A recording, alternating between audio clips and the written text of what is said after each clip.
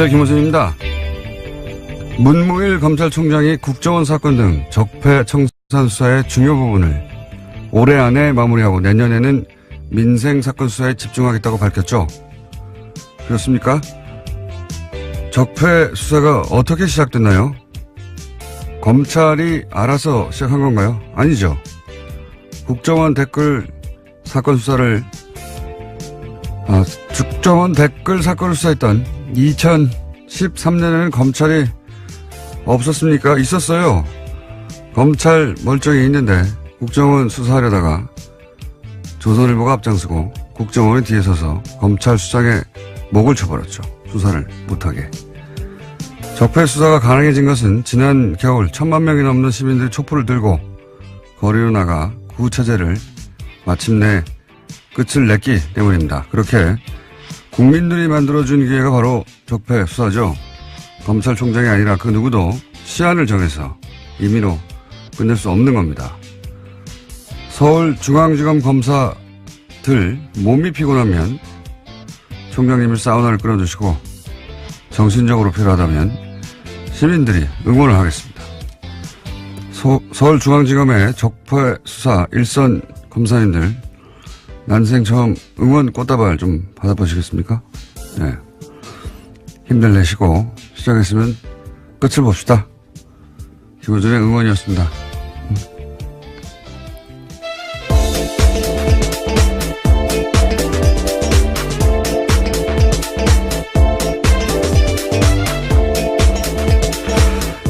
제가 요새 수요일날 다시 새로운 방송을 하나 시작해가지고, 예.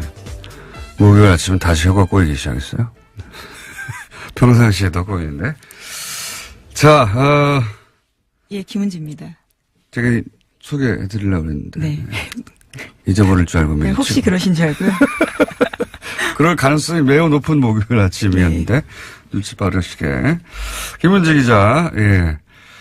첫 번째 뉴스는 뭡니까? 네, 어제 적폐청산 수사를 올해 안에 끝내겠다라는 문무일 검찰총장의 발언 전해드린 바가 있는데요. 이에 대해서 청와대가 부정적 입장을 내었습니다. 청와대 핵심 관계자에 따르면 물리적으로 연내 수사 종료는 가능하지 않다라는 건데요. 여러 가지 흐름상 피의자 소환도 이루어지지 않은 채 마무리할 수 없다라는 겁니다. 그러면서 이 관계자는 검찰 수사에 속도를 내겠다는 뜻으로 문무일 총장의 발언을 받아들이겠다라고 밝히고 있는데요. 문 총장 발언을 빌미로 일각에서 쏟아내는 적폐청산 조기 종료 요구에 대해서 선을 그은 겁니다. 보수 매체는 뭐 신났어요, 이제. 역시, 봐라, 필요하지 않느냐. 근데 청와대에서 여기서 이제, 연내 종료 불가능하다고, 청와대 입장을 냈는데, 이제 두 가지를 알 수 있죠. 이게 이제 청와대가 조율되지 않은 발언이었다는 것과, 그리고 애초에 청와대가 함용하는 수사가 아니었다는 것, 두 가지 동시에 드러난 셈입니다. 검찰총장이 청와대하고는 다른 입장을 내는 경우가 드문 일이거든요. 엄청나게. 예. 검찰총장 관두기 직전에 보통 그런 일이 있긴 합니다. 근데, 그런 걸 알 수 있고요. 제가 이제 이 사건, 이것도 일종의 사건이죠. 저희가 그래서, 오늘 2부 잠시 후에 적폐청산위원장 박범계 위원장과 인터뷰가 예정돼 있긴 한데, 이거를 이제 전직 최고위급 검찰 간부는 이 사안을 어떻게 보느냐 궁금해서 제가 전화로 물어봤어요. 이제 워딩을 그대로 전하면 수사는 생물이다. 네. 네, 굉장히 유명한 말이죠. 검사들 사이에서는. 수사는 생물이다. 무슨 뜻이냐면 시작하면은 어디로 갈지 모른다. 네. 그러면서 이런 얘기를 다 붙였어요. 특히 정권 차원에서 이루어진 범죄는 정권이 직접 나선 일이기 때문에 그 범죄 정도를 알 수가 없고, 미리. 어디로, 시작하면 생물처럼 어디로 뻗어나갈지 알 수가 없다. 근데 이걸 시한을 정하면 그 생물을 죽이는 거다. 굉장히 와닿는 표현이었는데, 그렇게 얘기를 했고요. 어쨌든, 이 검찰 고위 간부들에게는, 질책, 감시, 그렇게 하면 안 된다. 표현하지만, 수사는 결국 일선 검사들이 하는 거거든요. 저는 이제 문무일 총장 발언 가지고 이제 여러 가지 논란이 있는 걸 보고서 일선 검사들이 맥이 빠지겠다. 네, 이런 생각이 들었어요. 그 특검 할 때, 왜 특검 사무실 앞에 전국에서 시민들이 이제 꽃다발 보내줘서 그 앞에 예, 그랬죠. 가득 차 있었잖아요. 그게 굉장히 큰 응원이 됐다고 해요. 그래서 뭐 검찰총장에 대해서는 뭐 이런 견제와 감시가 필요하겠지만 일선 검사들에겐 바카스를 보내줄 때가 아닌가. 꽃다발이나. 그래서 저는 이제 오늘 방송 끝나고 꽃다발 하나 보여줄까. 예. 검찰들이 저를 좋아할 일은 없는데요. 하도 욕을 많이 하고. 꽃다발은 좋아할 수도 있죠. 예. 이름을 안 붙일 뻔 하는 생각도 있습니다. 응원이 필요할 때다. 오히려 예 그런 생각을 했고요. 자, 다음 뉴스는 뭡니까? 네, 관련된 적폐 의혹들이 계속 나오고 있는데요. 이번에는 2014년 검찰이 서울시 공무원 간첩 조작 사건, 그러니까 유성 사건이라고 불리는데요. 이 사건을 수사할 당시에도 국정원이 수사를 방해했다는 주장이 나왔습니다. 검찰은 압수수색에 대비해서 가짜 사무실을 만들고 허위 서류를 제출했다라는 의혹이 나오고 있는 건데요. 민변이 오늘 해당 제보 내용을 공개하고 진상규명을 촉구할 기자회견을 열 예정입니다. 이 사안은 오늘은 시간이 저희가 없어가지고 내일 인터뷰를 미리 잡아놨는데요. 예. 제가 편지 봉투를 봤습니다. 네, 저는 편지 내용도 봤습니다. 저보다 많이 오셨군요. 예, 5장인데요. 총 굉장히 자세합니다. 그러니까요. 이거는 내막을 아는 사람의 제보가 확실하고요. 예. 그리고 이제 이게 인터넷이나 또는 기타 흔적이 없는 방식이 아니라 그 편지를 보냈어요. 봉투에 넣어가지고 편지를 보냈는데 그 박근혜 국정원에서 가짜 간첩을 만들 때 얼마나 대범했는지, 예. 절대 들킬 리가 없다고, 얼마나 자신했는지를 알 수 있는 상징적인 사건이 유성 사건입니다. 네. 서울시 공무원, 인데, 대놓고 가짜를 만든 것도 대놓고 절대 들킬 리 없다. 증거도 조작하고 외교적 문제가 되기도 했었습니다. 당시에. 가짜 간첩 사건이 이렇게 실시간으로 밝혀진 건 우리나라 한정사회 최초예요. 예. 그 이후에 몇십 년 후에 명예가 회복된 적은 있는데 실시간으로 밝혀진 건 최초예요. 근데 저는 이 가짜 사무실 이 놀랍지 않은 게 이 생자로 간첩을 가짜로 만드는데 뭐 사무실 정도야 뭐 아무것도 아니죠. 예. 근데 이게 유성 사건 때도 있었다. 가짜 사무실 만든 게 영화처럼 세트 만들어서 여기 압수수색 하라고. 하여튼 증거 조작과 증거 인멸의 대마왕이에요. 이쪽은. 예. 그래서 국정원 관련 사건은 저는 모조리 다 구속수해야 된다고 보는데. 예. 네. 예. 해당 제보자 같은 경우에는 정치호 변호사, 그러니까 최근에 자살한 국정원 변호사 있잖아요. 예. 그 사건을 보고 자기가 용기를 냈다라고 이야기를 하는데요. 거꾸로 또 그 제보는 그래서 이렇게 추적이 어려운 예. 전통적인 방식 편지를 보내야 되겠구나. 용기를 냈다기보다는 저는 화가 났다. 아니 그렇죠. 예. 밤잠을 뒤척였다 이런 식의 표현들이 있는데요. 국정원이 제대로 개혁돼야 된다라는 것들 때문에 이런 편지를 쓰게 됐다라는 겁니다. 국정원 내부자라고 볼 수밖에 없는 것이 너무 내용도 자세하고, 예. 국정원 내부에 누가 이 전략을 총괄 기획했는지도 특정돼 있고, 예. 굉장히 자세한 내용입니다. 예. 의외의 곳에서 터졌어요, 또. 예. 자, 그런 사건이 하나 있습니다. 오늘 민변이 기자회견을 한다고 하고 내일 인터뷰가 저희는 예정돼 있습니다. 자, 다음 순요. 네, 어제 장시호 씨가 1심 선고가 있었습니다. 검찰의 구형보다 센 징역 2년 6개월이 나왔는데요. 곧바로 법정 구속됐습니다. 당초 특검은 장 씨에 대해서는 징역 1년 6개월을 구형한 바가 있는데요. 그보다 더 높게 나온 겁니다. 장 씨가 수사와 재판에 협조한 점은 있긴 하지만 이 사안으로 실질적으로 가장 크게 이익을 본 사람이 장시호 씨라면서 재판부가 이렇게 판단했다라고 밝혔습니다. 검찰은 굉장히 당황했을 겁니다. 왜냐면은 특검 때 장시호 씨로 인해서 밝혀진 게 적지 않단 말이죠. 근데 우리나라에서 법적으로 풀리박이 없잖아요. 영향거래가. 그러니까 죄를 인정하고 협조하면 형을 낮춰주거나 아예 풀어주는 제도가 우리나라에 없단 말이죠. 그래서 아마 이제 혐의 중에서도 이게 공갈죄인데 강요죄로, 왜냐면 강요죄가 형량이 낮아요. 강요죄로 잡고 그리고 그중에서도 양형을 낮게 잡아주는 것으로 검찰은 그런 노력을 한 거죠. 네, 구형을 낮게 한 바가 있습니다. 네. 왜냐면은 이 정권 차원의 범죄일 때는 특히나 그 종범들이나 협조자들이 자백을 하거나 하지 않으면 밝혀내기 어려운 게 굉장히 많습니다. 장시호가 밝혔던 여러 가지 사안들은 사실은 장시호가 받거나 직접 확인해 주지 않으면, 절대 밝혀낼 수 없는 부분이 많았거든요. 네, 제2의 태블릿 PC를 낸다던가 구체적으로 어떤 데 무엇이 있는지를 제보한 바가 있습니다. 그렇죠. 예. 그래서 검찰은 이제 장시호에게 암암리에 검찰이 알아서 그런 협조에 대해서 배려하겠다고 신호를 주었을 것이고 장시호 씨도 적극적으로 협조를 한 것일 텐데 사법부가 보기에는 형량이 너무 낮았던 거죠. 예. 그래서 그 양형 기준으로 따지자면 너무 낮아서 2년 6개월을 그러니까 검찰이 구형한 것보다 1년 높게 이거는 그렇게 흔하지 않은 케이스거든요. 네, 이례적인 일이죠. 예.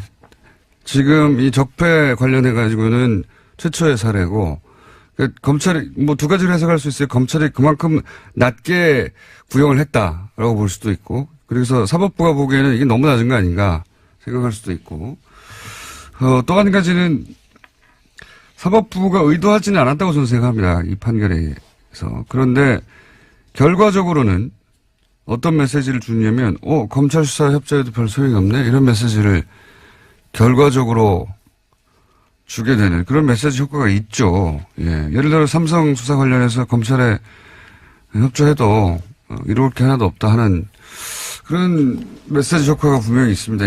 결과적으로. 이 사안은 저희가 역시 2부에 예. 양지열 변호사 다룰 텐데 저는 개인적으로 좀 아쉬워요. 그때 자세히 얘기하겠지만 예. 뭐 제가 아쉽다고 판결이 바뀌는 건 아닌데 뭐 물론 2심과 3심이 남아있긴 합니다. 네, 메시지 효과가 예. 그런 게 있는 거죠. 검찰과 그 장시호 씨는 당황했겠죠. 크게. 아마도 장시호 씨는 모르긴 몰라도 뭐 1년의 집행유예 혹은 뭐 1년 6개월의 집행유예 뭐 이런 식의 법정 구속을 예상하지는 않았을 거라고 봐요. 네, 어제 그래서 그 결과가 나온 다음에 재판장한테 그런 호소를 했었습니다. 바로 법정에 구속되지 않도록 해달라고요. 아이를 좀 보고 오겠다라는 취지 이야기도 했었습니다. 전혀 예상을 못한 모습이었던 거죠. 그렇죠. 왜냐하면 본인은 충분히 협조했고 검찰도 그렇게 얘기했을 테고 물론 뭐 판사, 검사 사이에 그런 갈등이 있어요. 예. 그런 양형 조절을 검사가 수사할 때 해주겠다고 피의자한테 얘기하면서 뭔가 얻어내고 사법부는 아니 제도에도 없는 걸 검찰이 마치 있는 것처럼 판결은 사법부 영역이잖아요. 거기에 영향을 주려는 검사의 그런 태도를 싫어하고 그런 오랜 갈등이 있긴 한데 그 얘기는 제가 양변과 하기로 하고요. 자, 다음 뉴스는 뭡니까?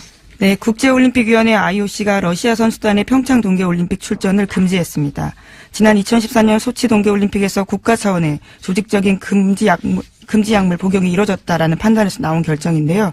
러시아 선수들은 엄격한 도핑 검사를 통과해야만 러시아 출신 올림픽 선수라는 개인 자격으로 올림픽에 출전할 수 있게 됐습니다. 그렇군요. 네. 러시아에서는 인정하지 않고 있죠. 예, 이 사안을. 네, 그렇죠. 그래서 12일까지요. 개인 자격으로는 아마 출전할지 여부를 결정하겠다라는 입장입니다. 근데 이 고발 자체가 러시아에서 출발된 거예요. 예.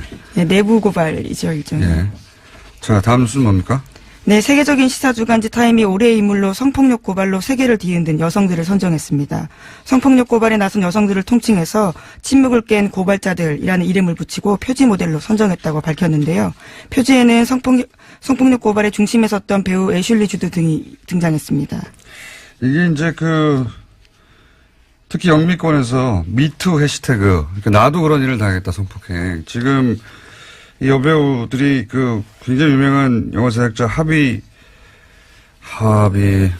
와인스타인, 예. 네.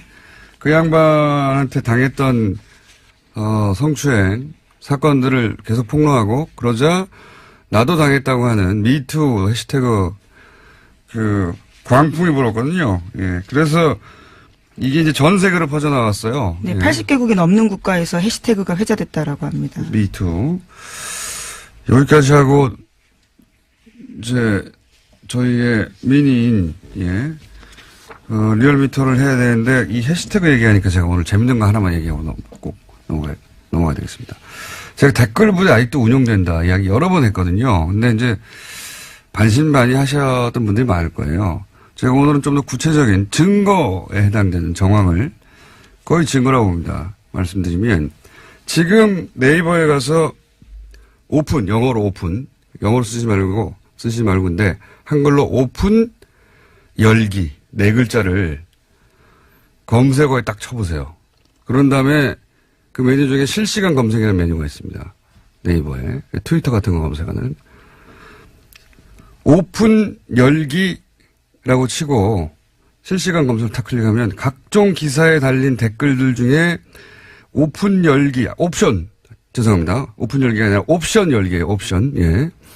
옵션 열기라는 단어가 포함된 댓글들이 주르륵 나옵니다. 이건 해시태그가 아니라 갑자기 왜 옵션 열기라고 하느냐. 이게 전부 다 댓글 부대가 쓴 댓글이에요.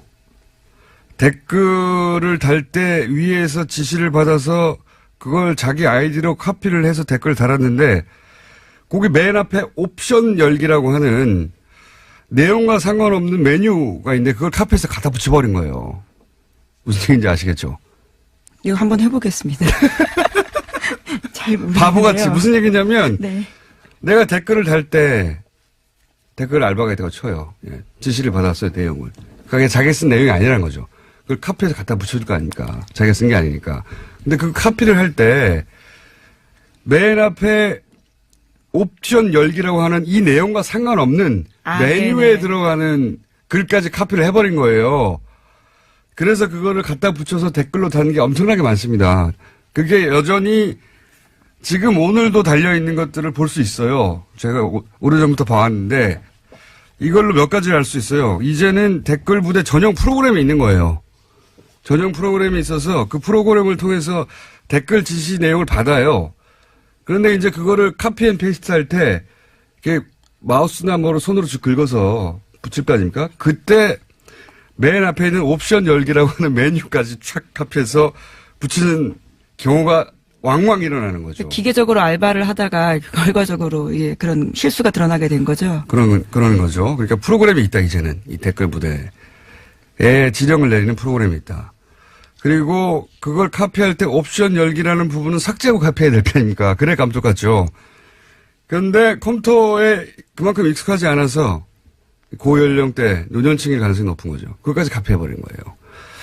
재밌죠? 예. 그리고 이 댓글 프로그램을 통해서 댓글 지시가 내려가고, 그거를 댓글 다는 부대가 아직도 있는데, 그 댓글을 특정 기사에만 달 거 아닙니까? 그 기사들 어디에 달았나를 보면, 논리는 굉장히, 논리 개발자가 따로 있는 게 확실해요. 예. 고급한 정보들도 가끔 있고요, 보면. 당연히 이제 문재인 대통령 공격한다든가, 여당을 공격한다든가, 조국 교수도, 타겟이 자주 됩니다. 최근 같은 경우에는 이제 낚싯배 사고를 났는데, 세월호하고 비교해서 공격해요. 세월호 그렇게 뭐라고 하더니 니들은 뭐 다르냐. 그리고 이제 김국종 교수. 이국종 교수. 죄송합니다. 이국종 교수를 높이면서 김종대 의원을 공격하고 여기에 저도 가끔 포함돼요. 저는 김종대 의원을 옹호한 적이 없는데 어쨌든. 그리고 조국 민정수석도 자주 등장하고요. 지금 당장 해보시면, 왜냐면 제가 이제 방송에서 이 말을 했기 때문에 이제 지워버릴 거예요. 근데 지금 당장 해보시면 실시간으로 주르륵 나옵니다. 예. 댓글 알바 있다. 댓글 무대 있고요. 이거 누가 시키고 누구 돈으로 하는 건지, 주요한 적폐 수사 끝나면 이거 수사 들어가야 된다고 봅니다. 여전히 돌아가고 있어요. 댓글 알바들. 오늘 여기까지 해야 되겠습니다. 네, 수상 소식도 하나 전해드리려고 했는데요. 수상 소식이요? 네, 민주언론시민연합에서 민주시민언론상 본상 수상자로 김어준 공장장이 선정됐다고 합니다. 예, 아주 짧게 말씀드리겠습니다. 네, 중요한 뉴스네요. 예. 축하드립니다. 언론상을 제가 수상하게 됐다. 자, 시사인의 김은지였습니다. 감사합니다. 네, 바로 이어서 권순정 리얼미터 조사 분석 실장님 나오셨습니다. 그것마저 알려주마. 자, 이건 이제 유일하게 저희가 주 중반에 하는 조사입니다. 네. 대부분 주 초반 혹은 주 말에 하거든요. 자, 한번 쭉 읊어보시죠. 네, 이번에는 정당부터 먼저 소개를 해드릴게요. 네. 2018년도 예산안이 통과됐지 않습니까? 네. 요번에 국민의당하고 바른정당이 최근에 계속 하락세를 겪고 있었는데, 네. 모처럼 반등을 했습니다. 국민의당이 1.2%포인트 상승을 해서 네. 5.8%고요. 바른정당 역시 0.8%포인트 상승을 해서 6%가 나왔습니다. 최하위를 한 달간 했는데 국민의당이. 맞습니다. 4주 연속 최하위를 했습니다. 예산안 통과 효과라고 저는 보는데, 그죠? 맞습니다. 예, 한국당, 사실상 한국당의 보수청이 분석을 해보니까 국민의당이나 바른정당으로부터 많이 갔어요. 그래서 정당으로서 자유한국당이 이번 예상 과정에서 크게 역할을 못하고 반면 국민의당 같은 경우는 일종의 정당으로서 효능감을 자유한국당에 실망한 지지층으로에게 좀 주는 과정에서 저도 오늘 말이 주는 과정에서 좀 그쪽으로 이탈하는 과정에서 국민의당이 상승하지 않았나 싶습니다. 바른정당도 비슷합니다. 네. 그렇군요. 국민의당이 거의 주중에 한 6%대까지 오르지 않았나요? 맞습니다. 주중에 예산안이 통과됐던 날 당일 6일이죠. 네. 예, 6.2%포인트까지 올랐습니다. 그러니까 국민의당이 사실은 그 정부와 계속 각을 세우는데 그때마다 떨어져요. 거꾸로. 예. 맞습니다. 협조를 할 때 올라가는데 왜 뭐 이건 제가 박지원 대표가 오늘 나온 날이기 때문에. 제가 오래전에 기억나세요? 네. 안철수 대표가 좀 협조를 하는 과정 속에서 지지율을 끌어올릴 수 있지 않겠느냐라고 당연히 얘기를 했을 때 공장장님은 그건 절대 안 그럴 것이다. 그거는 지지율이 안 오른다는 얘기가 아니라 안철수 대표가 협조를 안 할 거라는 얘기였어요. 당연히 지금은 대세가 지금 현 정부 초기잖아요. 현 정부가 하는 일들을 도움을 주면 지지율 오히려 올라갑니다. 네. 처음으로 국민의당이 그 지지율 상승 효과를 누리고 있고요. 예, 사실상 요번 그 틈을 잘 이용을 한 것 같아요. 국민의당이. 네. 반면 자유한국당 같은 경우도 사실상 오르기는 올랐지만 제가 봤을 때는 사실상 패배자가 아닌가 싶거든요. 예산안 통과되고 나서는 떨어졌죠. 예, 0.7%, 요번 주중 집계에서는 0.7%포인트 상승을 해서 18.3%인데 예산안이 통과됐을 때는 17.4%이고요. 그렇겠죠. 그 사실상 논란이 많이 된 과정 속에서 한국당이 이것보다는 조금 더 많이 올라야 되는데 보수층이 한 5%포인트를 이탈을 했습니다. 오히려. 예, 오히려. 이 이탈한 층이 아까 말씀드린 것처럼 국민의당하고 바른정당하고 거의 다 간 것이죠. 네. 그렇군요. 민주당은 어떻게 되나요? 예, 민주당은 조금 이제 상당폭 빠졌습니다. 3.4%포인트 하락한 48.5%이고요. 주중에는. 이제 국민의당하고 바른정당의 요인이라고 봐야 될 것 같습니다. 하지만 예산안이 통과됐던 날은 다시 50%를 회복했기 때문에 요거는 이제 아주 짧은 기간 동안의 영향이 아닌가 싶습니다. 쌤쌤이네요. 네, 정의당 또한 하락을 했습니다. 0.6%포인트 하락해서 4.5%가 나왔습니다. 대통령 지지도 비슷하겠네요. 네. 떨어졌다가 또 예산안 통과될 때 예, 올라가고. 4주 연속 상승 흐름이었다가 지난주하고 요번 주까지 조금 아주 약하게 2주째 하락했는데요. 0점대. 예, 0.7%포인트 하락해서 70.8%입니다. 약 보합이라고 볼 수 있는데. 예산안 통과되고 다음에 어떻게 됐습니까? 예, 예산안 통과된 다음에 상당히 많이 올랐어요. 그러니까 72.1%포인트까지, 72.1%까지 올라서. 상당히도 뭐 1.1%. 왜냐하면 그 전날에는 69.3%까지 떨어졌기 때문에 그 일일 변화로서는 상당폭 올랐다고 볼 수 있을 것 같습니다.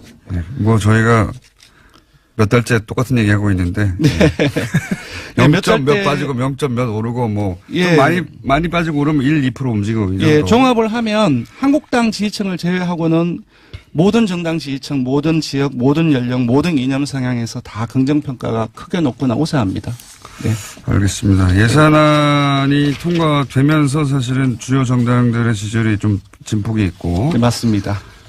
대통령 지지율도 진폭이 좀 있고. 그렇습니다. 네. 통과되면서 민주당 그리고 국민당이 상승한 형국이고요. 네. 한국당 하락하고 한국당을 빼고는 상승을 했지만 예산안 통과를 기준으로 하자면 맞습니다. 주요한 가장 중요한 이벤트였던 정의당도 하락을 했네요. 네. 정의당은 언론 보도가 상당히 많이 감소했습니다.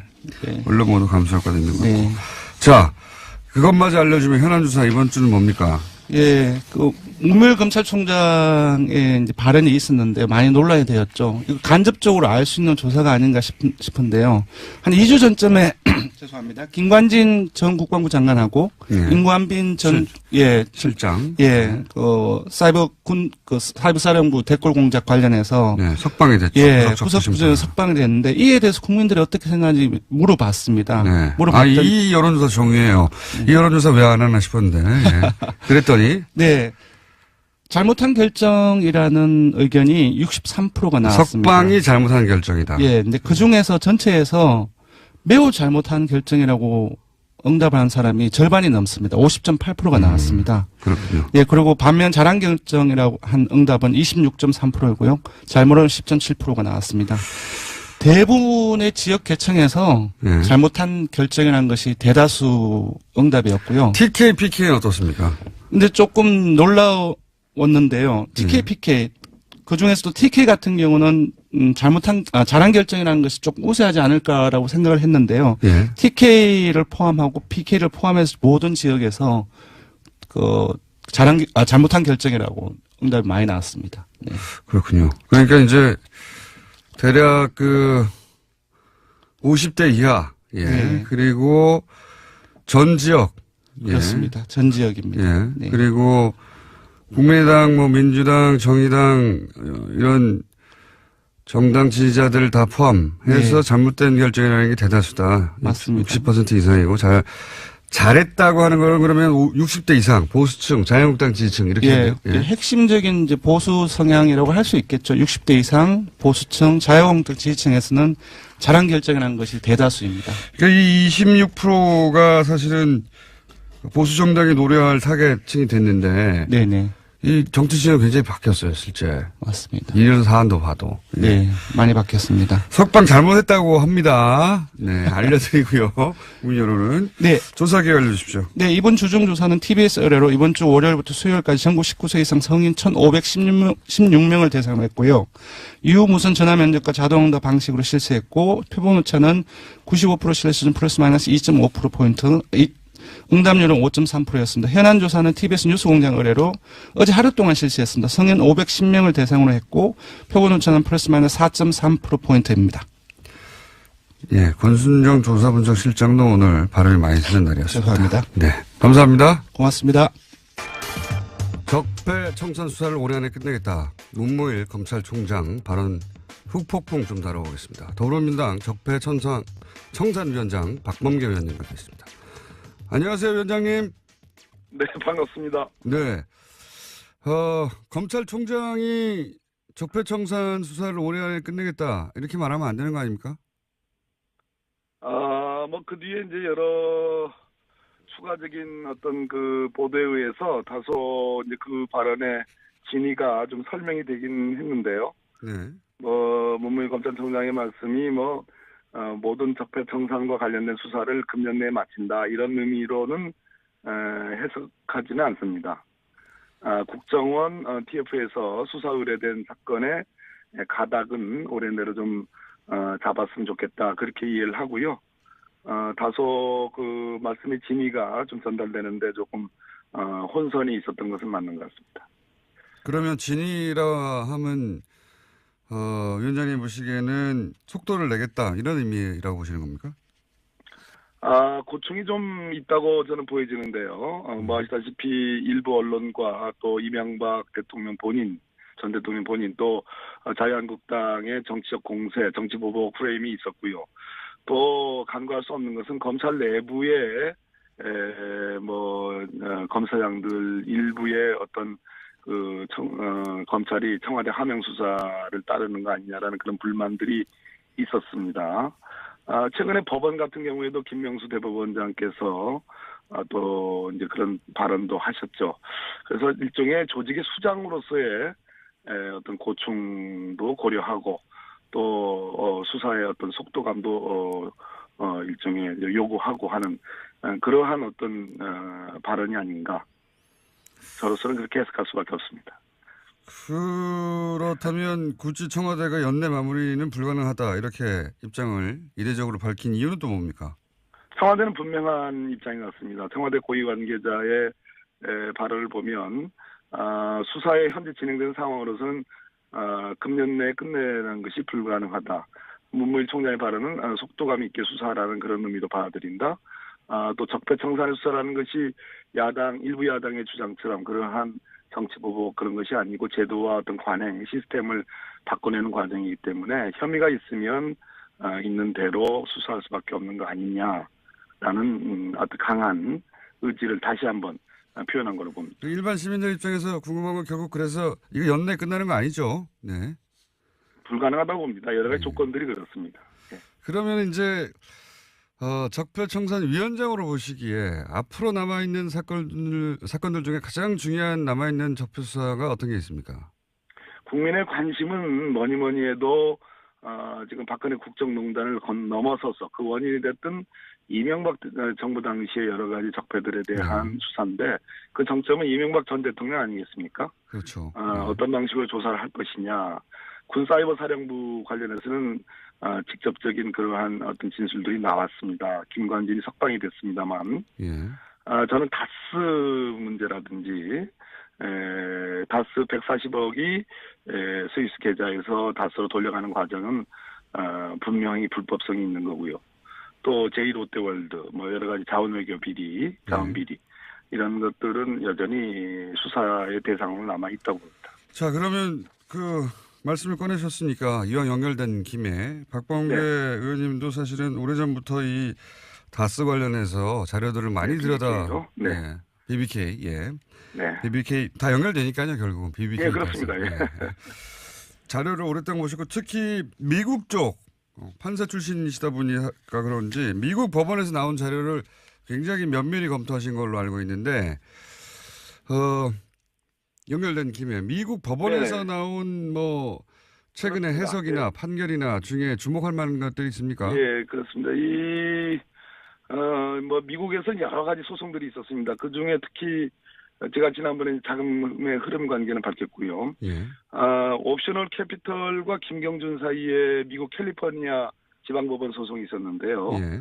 그 미국 법원이 아주 주목할 만한 그러한 판단을 한 부분을 제가 찾아냈는데요. 옵셔널 캐피탈은 이제 옵셔널 벤처스의 이제 소액 투자자들을 대리한다고 볼 수 있는 곳이죠. 예. 예. 그 옵셔널 캐피털이 한국 검찰이 김경준을 수사하면서 작성했던 검찰의 수사 보고서와 그 당시에 옵셔널 벤처스의 전직 직원들 4명의 진술들을 미국 법원에 증거로 요청을 합니다. 네. 증거를 채택해달라고. 네. 근데 미국 법원이 이걸 거절합니다. 거절하는 이유가 예. 첫째는 한국 검찰의 보고서는 검찰이 객관적이지 않다. 이런 얘기입니다. 검찰이 표현이 정확히 이렇습니다. 김경준에게 불리하게 이 진술을 해석할 만한 그런 이해관계와 이익이 검찰에게 있었다. 아하. 어마어마한 얘기입니다. 또 검찰의 결론은 사실에 입각하지 않다. 이런 표현도 나오고요. 그렇기 때문에 이 검찰의 수사 보고서는 공공보고서로서 법정에서 채택할 증거가 아니다. 라고 분명히 얘기하고 있고요. 또 하나는 잠깐만요. 미국 법원이 그러니까 BBK 수사를 한 한국 검찰을 불신한다는 내용이 그렇습니다. 미국 법정에서 없다는 얘기고요. 예.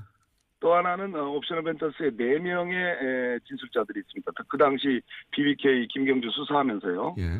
그 사람들의 진술도 증거로 채택할 수 없다고 보는데요. 예. 결론적으로 이거는 이명박으로부터의 보복을 두려워하는 증인들에 의해 만들어진 진술이다.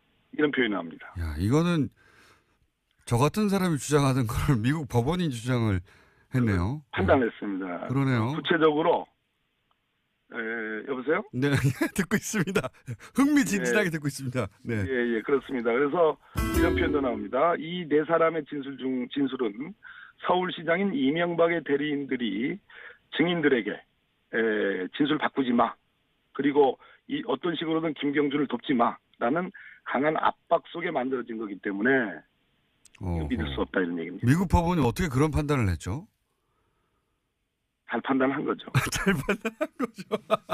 그러니까 제3자의 이해관계가 전혀 없는 미국 법원이 여러 서류들을 검토하다 보니 그렇습니다. 충분한 서류들을 보고서요. 그러니까 정치적 판단이 아니라 심지어 이상훈이라는 옵셔널 벤처스의 직원은 수감된 상태로 일주일 동안 신문을 받았다. 강압으로 초래된 진술이므로 예.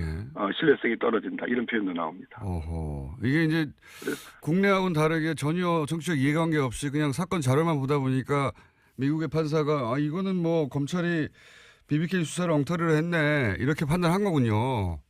믿을 수 없다 한마디로 이런 얘기입니다. 허허. 그리고 또 다른 내용이 있습니까? 또 하나는 140억 다스로 네, 돌려가는 그 소송이 있었는데요. 네, 140억. 그 소송은 별개의 소송입니다. 원래 140억을 이제 옵션을 벤처스가 받으려고 한 건데 이거를 다스가 가져가 버린 사건이죠. 예. 그렇습니다. 예. 이것에 대한 미국의 일종의 제2항소법원, 캘리포니아 제2항소법원의 판단인데요. 예. 한마디로 이 140억을 돌려간 것은 법으로 보호받을 수 없는 사기성 이체다. 아. 불법행위에 의한 사기성 송금이라는 판단을 명확히 했습니다. 그렇다면 지난번 주진우 기자의 폭로가 있었지 않습니까? 예. 이명박 대통령 시절에 청와대 민정수석실 행정관 그리고 LA 총영사 김재수의 개입 예. 그와 관련된 회의록들 예. 그것을 이 미국 법원의 판단에 대입을 시키면 한마디로 불법적으로 다스로 140억 원이 송금된 것을 미국 법원이 판단을 한 겁니다. 다스 측에서는 이제 적절한 행위다, 합법적인 행위라고 주장하고 있어요. 지금은. 그런데 그렇습니다. 미국 법원이 판단하기는 이거는 불법이다. 사기성 이체다. 사기성 이체. 법으로 보호받을 수 없는 사기성 이체, 돈을 이제 이체한다. 예. 사기성 이체이기 때문에 불법 행위에 의한 사기성 송금이라는 표현도 쓰고요. 그렇기 때문에 이 부분은 우리 검찰이 지금 서울중앙지검 첨단범죄수사부에 지금 일부에 배당이 돼 있거든요. 예. 이 부분을 수사하면 바로 결론이 나옵니다. 사기성 이체라는 표현도 등장합니까? 그렇습니다. 매우 만족스러운 표현이네요. 우리 김어춘 공장장님 입장에서는 그렇게 그렇군요. 미국 흡족하신가 보죠. 미국 법원은 사실 한국에서 일어난 일임에도 불구하고 자료만 가지고도 충분히 그런 결론에 도달해 있군요, 이미. 미국 법원은 전 세계적으로 증거법적으로 가장 거의 완비될 정도로 증거 능력에 관해서는 정말 엄밀하게 보는 법원입니다. 의원님도 만족스러우시겠습니다. 네. 네. 의원님도 오랫동안 이 사건을 들여다보신 걸로 아는데. 예. 결론적으로 문무일 검찰총장께서 어젠가 서울중앙지검 3차장 한동훈 3차장과 지금 이 다스 사건이 지금 배당되어 있는 첨단범죄수사 1부 신봉수 부장을 대검으로 불렀습니다. 예. 저는 이것을 주목하고 있습니다. 그렇기 때문에 문무일 검찰총장께서 너무 노심초사하지 마시고 성역 없이 이 부분에 대한 수사를 지시하는 것이 저는 정도가 아닌가 그런 말씀드립니다. 오늘은 여기까지 듣겠습니다. 오늘 말씀 감사합니다. 네, 감사합니다. 지금까지 더불어민주당 적폐청산위원장 박범계 의원이었습니다.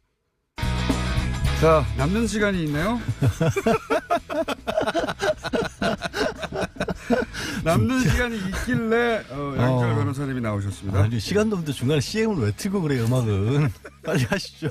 안녕하세요, 양재르입니다. 자, 오늘은 5분 30초 정도 드립니다. 네, 10초 지나갔어요, 빨리. 예. 자, 장시호 씨. 검찰 구형량보다 높은 형을 받았다. 예. 어떻게 생각하십니까?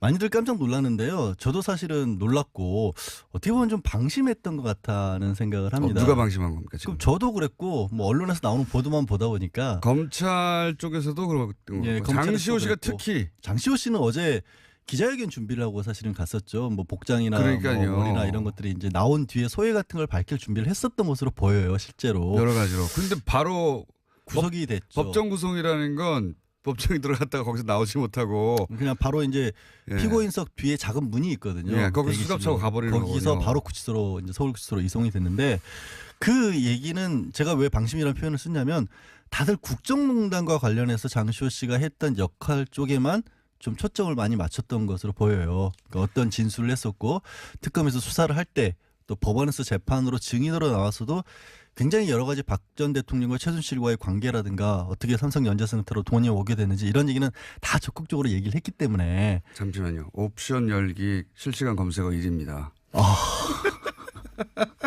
조금 전에 박홍계 의원 얘기하신 거 말씀이시죠? 아니죠. 제가 얘기한 못 들으셨구나. 옵셔널 캐피털에서 140억. 얘기 말고 예. 댓글 알바들이 요즘 실수로 붙이는 못 들으셨군요. 그 얘기 시간이 없는데 옵션 열기 나중에 검색을 해보세요. 예. 나가서 해볼게요. 옵션 열기 댓글 알바들이 아직도 움직인다는 증거. 옵션 열기. 아마도 오타를 계속해서 한 것 같은데. 오타가 하여튼. 아니라 카피 페이스트하다가 그러니까 잘못 옮긴 거죠. 그것까지 카피를 해버린 거야. 맨 앞에 있는 메뉴까지. 그게 저작권 침해 소송할 때 제일 많이 증거로 찾는 건데. 하여튼 얘기가 왜 이렇게 새는 거야. 자, 장시호 씨. 장시호 씨. 예. 근데 이제 법원이 왜 그러면은 검찰은 1년 6개월을 구형을 했는데 2년 6개월까지 갔냐면 예. 결국엔 개인적으로 비리를 저지른 부분도 도저히 묵과할 수 없을 정도가 된다는 거예요. 영재센터에 20억 원 가량의 돈이 들어갔는데 이게 최순실한테 빠져나간 돈도 없고 오히려 장시호 씨가 3억 원 그냥 영재센터에서 횡령한 것도 명백하고 국가 돈도 7억 원을 보조금 가량을 편취를 했기 때문에 그럼 이것만 합쳐도 10억이잖아요. 사실 개인이 10억 원이라는 돈을 저지른 경제사범인 건 분명한데 예. 1년 6개월 정도면 집행유예로 끝나는 건데 그럴 정도가 아니라는 겁니다. 아니 이게 저는 법리적으로 문제가 있다고 생각하지는 않아요. 이미 검찰 구형이 많이 됐고요. 낮게 했죠. 많이 낮게 됐고. 근데 이제 그 검찰은 구형을 할 때 양쪽 다 법조인인데 모를 리가 있습니까? 그렇죠. 예, 그러니까 그 의미는 아시지 않습니까? 이 전체 그림에서 예, 특검의 수사에 협조를 하였고 그리고 이제 이 적폐 수사에서는 이런 협조가 굉장히 중요한데 사법부도 좀 널리 요 사안은 예외적으로 좀 봐주세요. 이런 거거든요. 근데 법원은 최근에 이제 여러 가지 일을 봐도 그렇지만 그렇게 큰 그림에서 본다기보다 그냥 개인에게 정확하게 떨어진 형량에 네. 더 집중을 하는 것 같아요. 그러니까 방시호 씨가 어제 이제 그 선고를 듣고 나서 우리 아들 지금 하나밖에 없는데 데리러 가기 약속을 해놨는데 어떻게 하란 말이냐는 얘기까지 했었거든요. 그에 대해서 이례적으로 우리가 합의를 해놓은 상황이라서 어찌할 수가 없다라는 얘기를 이제 부장판사가 합니다. 고민을 많이 하기는 했다라는 얘기인데 저는 이제 아쉬운 게 뭐냐면 이걸 이제 법리로 따지면 사법부는 뭐 하자가 없어요. 그러니까 어쩔 수 예. 없는 상황인 거예요. 왜냐하면 형량도 너무 낮게 한 게 맞고 그다음에 이게 이건 이제 전문가들이 따져야 될 얘기겠지만 강요죄냐 공갈죄냐 이것도 형량이 낮은 쪽으로 했고 전문가 얘기를 들어보니까 그리고 사법부가 딱히 법리적인 차원에서 질타를 당할 이유가 없는데 그렇죠. 예. 근데 이제 일부 언론에서는 이런 표현도 쓰더라고요. 이게 검찰의 어떤 플리바게닝 관행이라는 것을 제동을 건 거 아니냐 이런 그거는 분석도 하는데 원래 검사 판사 사이에 그런 게 있잖아요. 있으니까 그런데 이제 저는 이걸 관행에 제동을 걸었다기보다 걸린 거죠.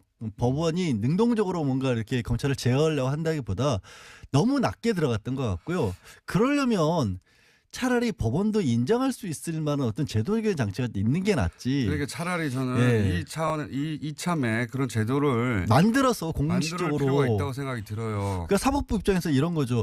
이렇게 정말 법에 없는데 어떡하란 거냐. 이거. 뜬금없이 갖고 오면 네. 검찰도 양형기준표가 있거든요. 그리고 법원도 있고. 아니, 사법부는 법에 없단 말이죠. 이게 정상 참작이라는 게 이런 경우에 예를 들어서 검찰 수사에 적극 협조하였기 때문에 이게 그렇죠.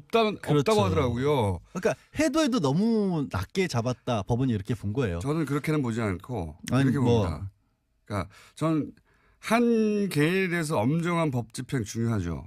근데 이 적폐 수사는 굉장히 헌정사적인 중요도를 가진 사건인데 이럴 때는 법리를 넘어서는 어떤 사법부의 어떤 사회적 공동체적 가치 판단 이런 것도 필요한 거 아니냐. 왜냐하면 이 메시지는 결국은 검찰 협재발 소용없다 이거. 근데 이거 그거를 하거든요. 사법부에서 잘못 판단을 하게 되면 이 매일매일 이 코너가 없는 날도 쏟아지는 코너명 장명 인기 코너입니다. 국민의당 박지원 전 대표 스튜디오에 나오셨습니다. 안녕하십니까. 안녕 못합니다. 계속. 적과의 박침 말고 또 최근에 들어온 거 중에 이제 정치 구단주 또 있고요. 뭐 요즘 해태도 이기고 네. 또 야구단 네. 가치가 굉장히 높아지니까 구단주 하는 게 좋을 것 같아요. 오늘은 정치 구단주가 마음에 드십니까? 예. 네. 해태에서 그런데 제가 마음에 들면 기아로 또 바뀐 지가 공장장은 언젠데요. 또 싫어하잖아요. 정치 구단주. 좋은 장면이네요. 예. 정치의 구단주다. 예. 구단이라는 단어 그렇죠. 예. 중의적으로. 정치 읽어주는 남자 박지원. 구단주다. 자, 오늘은 그럼 정치 구단주로 하고요. 구단주님? 방송을 많이 듣는 거 실감하시죠? 글쎄요, 제가 부산 이번에 이렇게 전라남도 예. 뭐 여수, 순천 이쪽 가면요. 예. 광주 가면 특히 방송 뉴스공장 많이 듣는다고. 그럼 여기 또 안 들리지 않습니까? 그럼 웹이나 뭐 당연히 유튜브로 본다고 그러는데 그게 아무래도 박지원의 실력이지 김어준 공장장의 인기는 아니다. 이런 결론으로 저는 내렸어요. 사실 그렇잖아요. 뭐 예. 공장장이 웃는 거나 잘하지 다른 건 아마 뭐 우리 안철수 대표 어떻게 좀 흠집 내보는데 잘 유도하고 그러지. 제가 안철수 대표를 흠집 내는 게 아니라 예, 박지원 대표님 뉴스고 안철수 대표하고 열심히 각을 세우시던데. 예. 어쨌든 많이 듣는 건 확인하셨죠? 예. 네. 제가 깜짝 방송 놀라셨죠? 출연을 많이 해보는데 예. JTBC 썰전 예. 최근에 MBN 판도라 예. 이것 얘기하고 라디오는 아무튼 뉴스공장. 예. 김어준은 빼더라고요. 자, 국민의당이 지금 좀 몇 주째 이거 어떻게 됐냐. 안철수 대표는 계속 통합한다고 하는데, 그 상황이 변하지 않는 정도가 아니라 더욱더 안철수 대표는 대표님이 박지원 대표님이 아무리 얘기를 해도 그쪽으로 향해 달려가고, 예, 그 핸들은 고정된 것 같아요. 그죠? 그건 확실하죠, 이제. 저도 그렇게 봅니다. 제가 이 방송 나와서 처음으로 말씀드린 게 예. 안철수 대표의 고집 예. 그리고 좋은 의미의 추진력 예. 이걸 가지고 있기 때문에 어떤 경우에도 통합의 길로 갈 것이다. 그런데 그 예언도 적중하는 것 보면은 역시 뉴스공장 듣는 청취자들이 박지원의 실력 때문에 듣는 것 아닌가 확인됐습니다. 게다가 제가 안철수 대표는 결국 초반부터 그 얘기를 제가 했는데 탈호남하려고 하는 것 같다 이제. 예. 호남 베이스 정당으로 본인이 차기 대선에서 안 될 것 같으니까 탈호남 하려는 것 같다는 말을 계속했는데 실제 취임 100일 기자 간담회에서 뭐라고 그랬냐면 정확하게 워딩을 지역구도를 탈피하자. 국민의당의 지역구도를 탈피하자고 하면 지금 호남을 탈피하자는 얘기밖에 더 됩니까? 네. 지역구도를 탈피하자 하는 얘기는 누구나 다 해왔습니다. 그러나 그리고 뭐 DJ도 네.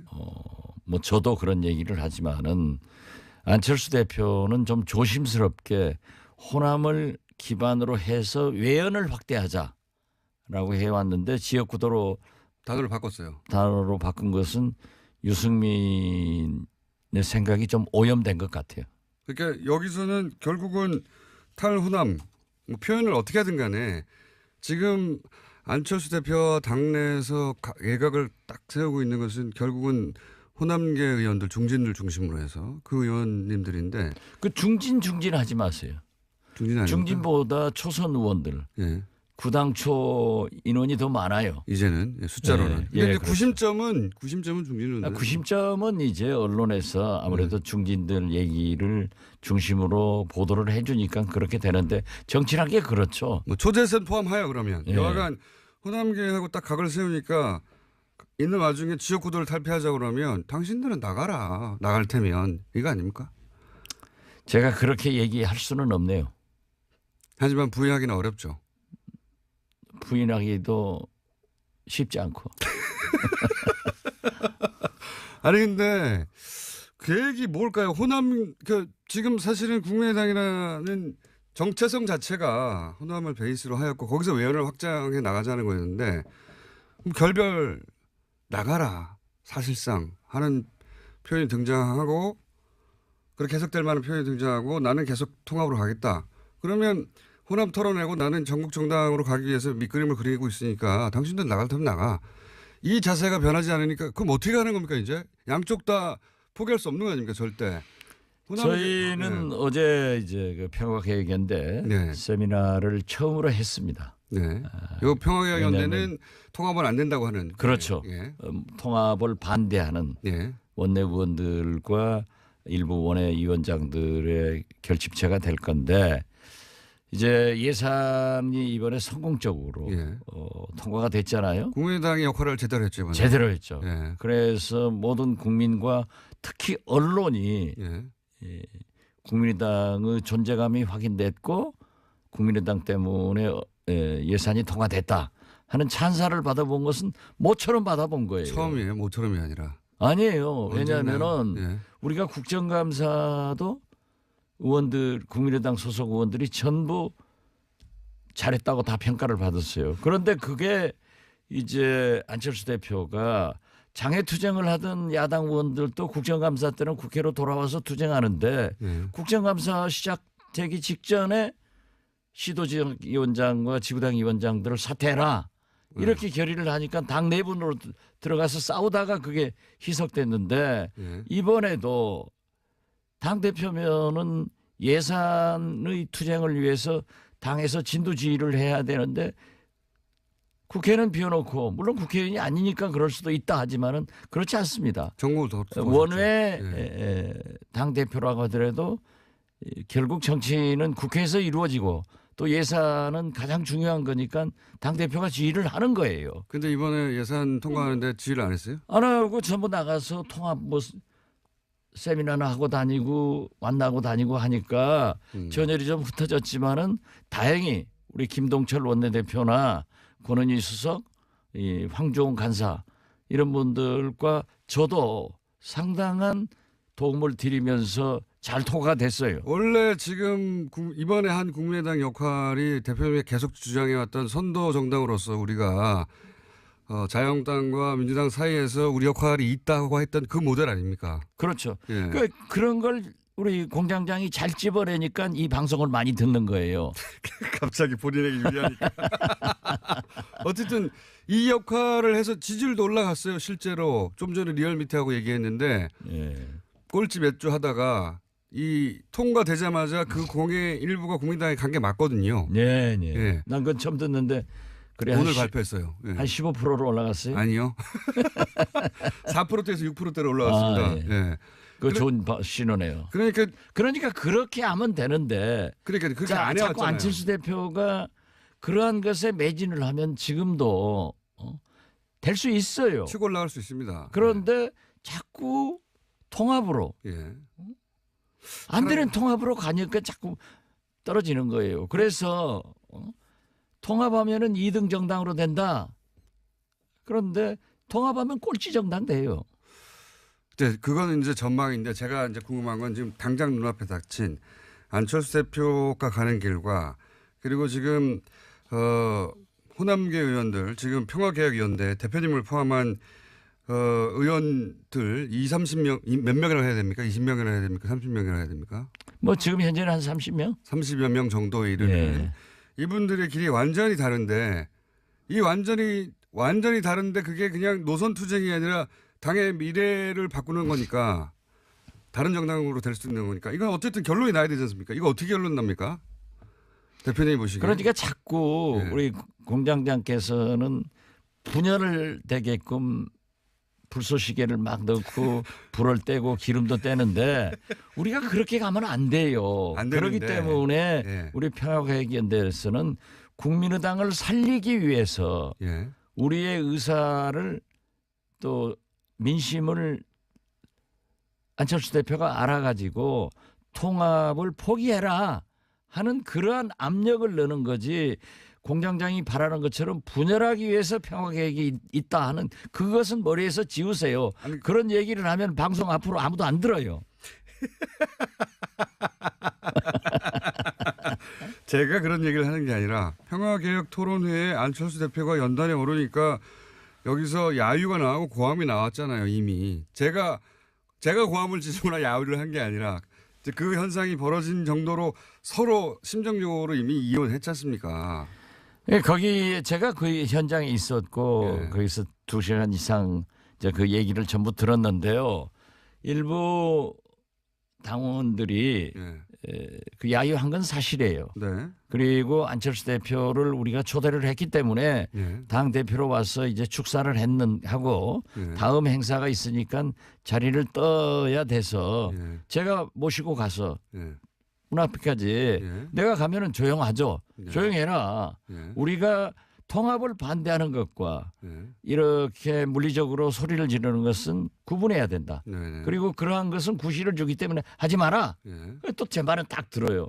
그래서 조용히 해서 모시다 드리고 내가 미안하다 하고 정중하게 인사하고 악수하고 헤어졌는데 대표님은 그렇게 하셨는데 안철수 대표님 거기에 대해서 뭐 선동을 한다. 선동하는 사람이 있기 마련이다. 이거는 또 대표님의 예우하고는 다르게 이 소위 전달하고자 했던 평화개혁 연대의 통합 반대 의사를 선동이라고 하고 가버린 거 아닙니까? 글쎄요. 그걸 이제 기자들한테 그렇게 얘기를 했더라고요. 또 제가 나오니까 이 직구준 기자들이 그랬는데 어떻게 생각하냐. 그래서 정당이라고 하는 것은 뭐 여야 가릴 것 없이 반대하는 사람한테서 그런 일들이 비일비재하게 일어납니다. 그러면 지도자는 그러는가 보다 하고 수용하고 웃고 말하지 소위 부담하는 게 좋은 거예요. 그런데 그렇게 선동한다 한다고 해서 누가 선동하냐. 그러기 때문에 리더십에 문제가 있고 그런 얘기를 한다고 하면은 정당의 지도자가 아니다. 제가 그렇게 얘기했습니다. 그러니까 안철수 대표의 잘한 거 아니에요? 공장장 입장에서 보면은 더 심하게 했으면 더 좋아하겠지 뭐. 이미 충분히 말씀하셨는데 안철수 대표가 최근에 예를 들어서 문재인 지지자들을 민주주의의 적이다. 뭐 어디 가서 사고 나겠지. 이렇게 발언하는 거나 아니면 본인한테 반대하는 당내 자기들 식구인데 반대한다고 해서 선동하는 사람들이라고 말하는 것 굉장히 발언도 세지고 그렇죠? 그리고 자기 갈 길을 돌아설 생각이 없는 사람 그래서 심정적으로 이혼은 이미 한 상태 그러면 안 돌아올 사람인데 계속 마음 바꾸라고 해봐야 그때 돌아오면 오히려 지도력이 바보 되는 거죠. 안철수 입장에서는. 그러니까 안 돌아올 것 같은데요. 그러면 어떻게 합니까? 이제. 그러니까 제가 지금 하는 얘기가 그거예요. 우리는 지금 가랑비에 옷 젖고 있다. 매냥 이렇게 얘기하다가 계속 가랑비에만 모르는 사이에 옷 다 젖어가지고 확싹 젖었을 때 통합선언하고 가버리면은 우리는 옷 벗어 던지지도 못하고 주저앉는다. 그러니까 그 과정에서 지금 우리의 의사를 강하게 표현하고 있는 거죠. 그럼 그 다음 수순이 뭡니까? 그 다음 수순을 알면은 제가 여기 앉았겠어요? 그리 가 있지? 아니 그러고 그 빠느냐 아는 거 아니에요. 그걸 얘기하면은 안 되죠. 하여튼 다음 수순을 몇 가지 원래 이제 대표님 정도의 이제 그 정치 경륜이면 시나리오가 몇 개 쭉 있을 거 아닙니까? 그 중에 이렇게는 되지 말아야 되지만 이런 것도 있을 수 있고 몇 가지 시나리오가 있을 수 있지 않습니까? 그 시나리오를 발표하면은 과이강의 다리를 몇 시 몇 분 몇 초에 폭파하겠다 하고 발표하고 해요? 그러면 적군이 와서 막아버리지? 저렇게 머리가 안 도는데 왜 방송 듣는지 참 그건 모르겠어요. 이게 폭파 계획은 있는데 폭파 계획이 있는 게 아니라 있는지 없는지도 알려줄 수가 없다. 그렇죠. 그리고 그 시나리오는 정치는 상선약수라니까요. 물 흘러가는 대로 국민의 민심이 어디냐 이걸 보고 가면서 우리의 원칙을 지켜야 되는 거예요. 우리가 지금 현재 원칙은 우리의 정치성과 가치관을 버릴 수 없는 것 아니냐. 그렇기 때문에 안철수 대표가 우리의 정체성과 가치관을 일탈하면은 그걸 못하게 당대표에게 제동을 거는 것이 우리 할 일이다. 지금 그런 단계입니다. 심정적 이혼이 됐는데 혹시 이게 합의 이혼도 가능합니까?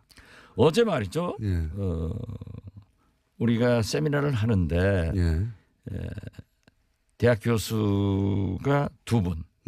그리고 김능구 폴리뉴스 대표 그리고 당내 인사들이 두 분 하는데 거기에서 이 김은구 교수나 최창렬 교수 이 김능구 폴리뉴스 대표가 합의 이혼해라. 아 그런 얘기가 나왔어요.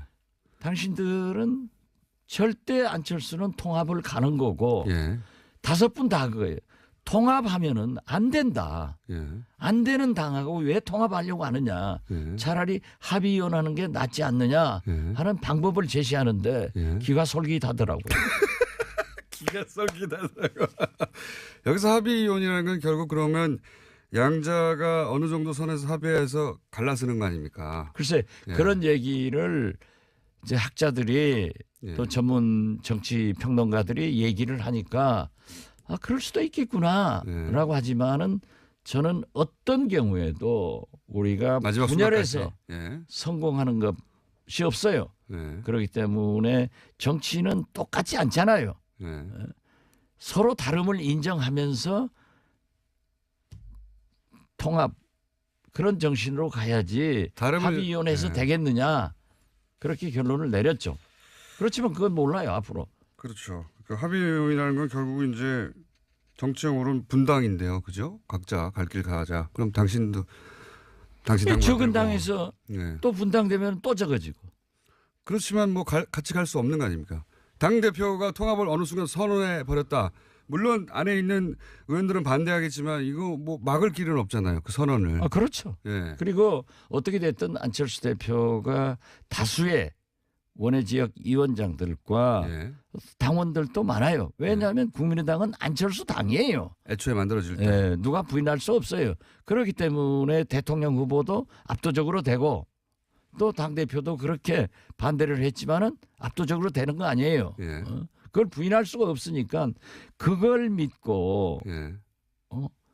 통합을 해서 나가면은 그 다음에 또 작은 당에서 대통령이나 선거는 또 실패한단 말이에요. 근데 이제 작은 당을 하려고 안철수 대표가 그러는 게 아니라 일단 그렇게 탈호남을 해서 당이 작아지더라도 바른정당 유승민 후보하고 합쳐가지고 자기는 중도 보수라고 주장을 하고 그리고 지방선거위에는 자유한국당에서 이제 떨어져 나온 분들하고 합치고 그래서 몸집을 키워서 보수의 적자 제가 계속 주장하고 있는 반대 최근에 그렇게 그림을 그리신 것 같아요. 거의 보니까. 저도 그래서 예.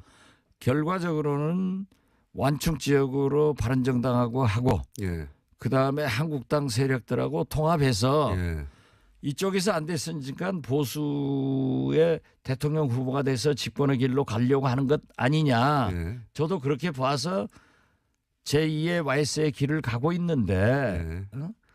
호랑이 굴로 YS가 들어가서 YS는 호랑이가 됐잖아요. 예. 그런데 지금 안철수 대표는 호랑이 굴로 간다고 말을 하는데 지금 쥐구멍으로 가고 있단 말이에요.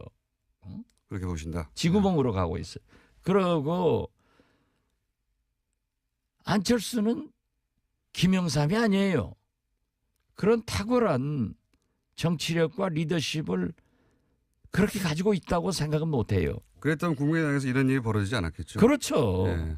다 같이 갔겠죠. 그렇죠. 그 리더를 믿고. 예. 지금은 그러니까 안철수 대표가 그런 그림을 그리는데 호남계가 왜 거기에 미끄럼이 돼야 되느냐. 안철수 대표가 그만한 정치인도 아닌데 왜 우리가 그걸 큰 보수 정당을 만드는데 우리가 이용당해야 되느냐 이거 아닙니까? 한마디로. 우리는 그거 할 수가 없다니까요. 네, 할 수도 없고 네, 할 생각도 없고. 우리는 정체성과 가치관이 그건 원칙 문제예요. 이게 아무리 국회의원이 좋고 정치가 좋다고 해서 김정은이가 대통령 하면은 거기 가서 국회의원 할 수는 없는 것 아니에요. 네, 비유지만. 예. 그렇죠. 예. 그러니까 우리는 뭐 조금 지나친 비유였습니다마는 네. 어떻게 됐든 우리의 정체성과 가치관은 네. 원칙이니까 그 원칙을 지키면서 타협과 통합과 이런 정치를 해야지 완전히 다른 제가 지난번에도 말씀드렸지만은 저하고 제일 가까운 김무성 대표하고 협력을 해서 정치를 이끌 수는 있지만은 함께 같은 당에서는 있을 수 없다니까요. 원체 다르니까. 그러나 다름을 인정하면서 화합하고 타협 조정하는 것이 국회 아니에요. 이번 예산만 하더라도 100% 만족은 없다. 한 푼이라도 삭감하면 국민이 부담이 줄어들고 그런다고 계속 합의를 못해서 통과를 안 시키면은 국민과 경제가 불안하기 때문에 어떤 접점에서 서로 양보하고 해주는 게 통과시키는 게 예산이고 정치입니다. 그것을 우리 국민의당이 해가지고 모처럼 언론으로부터 박수를 받고 어디 가든지 이번에 어제도 내가 언론인들하고 저녁을 먹었는데 이번에 처음 잘했대요. 아주 잘했다고. 맞아요. 처음 잘했다. 아니 자꾸 잘한 게 있지만은 늘 새롭다 이거지. 또 그걸 약점 잡아가지고 박수나 치고 말이지. 응? 제가 말했나요? 대표님이 말했는데 처음 잘했다. 아니 그러니까 나처럼 예. 얘기를 해서도 또 하면 잘못하면 그걸 인정을 해서 고치면 돼요. 근데 그런데 우리 그런데 안철수 대표는 예. 자기가 한 것을 그대로 밀고 나가고 계속 가는 거예요. 이번에 하여튼 이 예산안 통과에는 안철수 대표 역할이 없었다는 거군요. 몰랐는데. 뭐 했겠죠. 그렇지만은 했겠죠. 그것이 예. 정치는 쇼잉입니다. 보여야 돼요. 예. 보여야 되고 국민이 알아야 돼요. 그렇다고 하면은 언론을 통해서 그런 지휘하는 모습 같은 것이 심각한 모습 이런 것들이 좀 보여져야 되는데 아무런 것도 보이지 않고 근데 뭐 어디 다니면서 통합만이 살 길이다. 그 통합에 살 길이 죽을 길을 가고 있으니까 안 하는 거죠. 본인은 살 길이라고 생각하시죠. 본인은 예산안보다 본인이 지금 생각하고 있는 통합이 더 중요했던 것 같은데 이게 이렇게 쭉 프레임선을 끝까지 달릴 수는 없고 언제 결론이 날까요? 보시기에 충돌을 하든 뭐 갈라서든 아니면 잠잠해지든 누구 한쪽이 항복을 하든 저희는 아직도 국민의당은 살릴 길이 있고 그 살릴 길이 안철수 대표가 통합을 포기하는 순간이다. 이렇게 보고 있기 때문에 하지만 통합을 포기하지 않을 거라고 대표님이 네, 직접 말씀하셨잖아요. 그러나 그분이 지금 현재는 절대 그 고집과 추진력 때문에 포기는 하지 않을 것이다. 그런다고 우리가 따라갈 수도 없지 않느냐. 그러니까 결론이 언제 그러니까 납니까? 지금 현재는 그렇게 가고 있지만 우리 희망사항은 안철수 대표가 포기 선언을 해주기를 바라고 있고 안 한다고. 또 안철수 보시고. 대표의 희망사항은 우리가 어쩔 수 없이 당신들은 통합으로 들어올 거다. 네. 이런 착각이 계속되면은 정답이 나오겠죠. 그게 언제쯤 됩니까? 그거야 말하면 안 되죠. 그 말하면 정치 구단주가 아니에요. 말하면 안 된다는 거는 대표님은 이때까지도 이게 결론이 안 난다면 행동을 할 때다라고 하는 내심 타임테이블을 가지고 계신 거군요. 뭐 아직 모르겠어요. 가지고 계시니까. 저는 모르는 게 너무 많아가지고. 그건 상황에 따라 달렸죠가 아니라 아직은 결정이 안 됐다는 거 보니까 타임테이블 있으신 거네요, 그러면. 상황에 따라 달랐죠. 물론 다르긴 한데. 네. 안철수 대표도 여러 가지 생각을 하다가 의원들이 이렇게 반대하기 때문에 도저히 안 되겠다.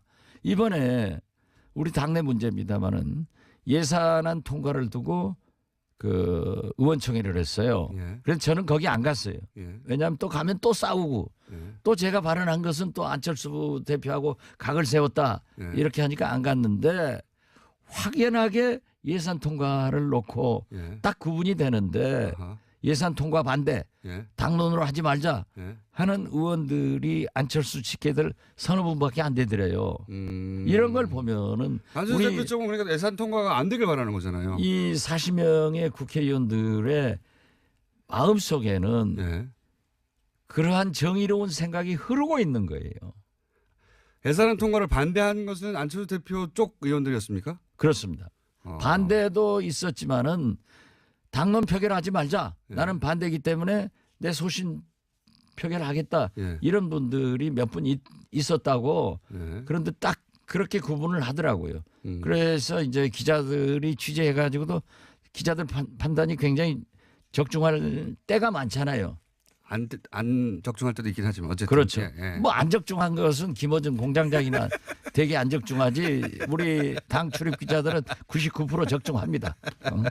자기 기준으로 남을 평가하지 마세요. 제가 적중률 굉장히 높습니다. 아, 마지막으로 하나만 말씀드리면 저는 안철수 대표는 포기 안 하고 호남 의원들이 나가는 걸 반깁니다. 아니 왜 호남 의원들 해요. 그렇게 자꾸 예. 지역구도로 나누려고 하니까 문제예요. 그러면 충진도 아니고 호남 의원도 아니고 그럼 안철수 대표의 우리 당에 예. 우리 당 40명 이제 39명 차명길 의원이 참 애석하게 됐습니다마는 39명 의원들의 마음속에 있는 흐름이 그럼 통합 반대파 의원들이라고 그렇죠. 하죠. 예. 그렇게 정확하게 써야지. 통합 반대파 의원들이 나가든 말든 계속 갑니다. 저도 그렇게 봐요. 오늘은 여기까지 하고요. 다음 주 정도에는 약간 구체적으로 다리 폭파 계획이 있는지 없는지까지 얘기해 주시죠. 예. 저도 그렇게까지 진전됐으면 좋겠어요. 이게 지루하잖아요. 지금부터 국회는 이제 예산국회 끝났으니까 예. 물론 개헌과 선거구제도 개편으로 우리가 미래로 가야 되지만은 총을 이제 우리 국민의당은 앞으로 쏘지 않고 예. 옆으로 쏜다고요. 계속해서. 당로 싸움만 되면은 이게 뭐 6%로 올라갔던 게 또 내일 모레 또 3%로 내려갈 거예요. 그러니까요. 다리 폭파 계획 다음 주에 알려주시는 것으로 있는지 없는지 최소한 시기는 아니더라도 그렇게 빨리 왔. 알려드릴 것 같습니다. 자, 정치 구단주 박지원 전 대표였습니다. 감사합니다.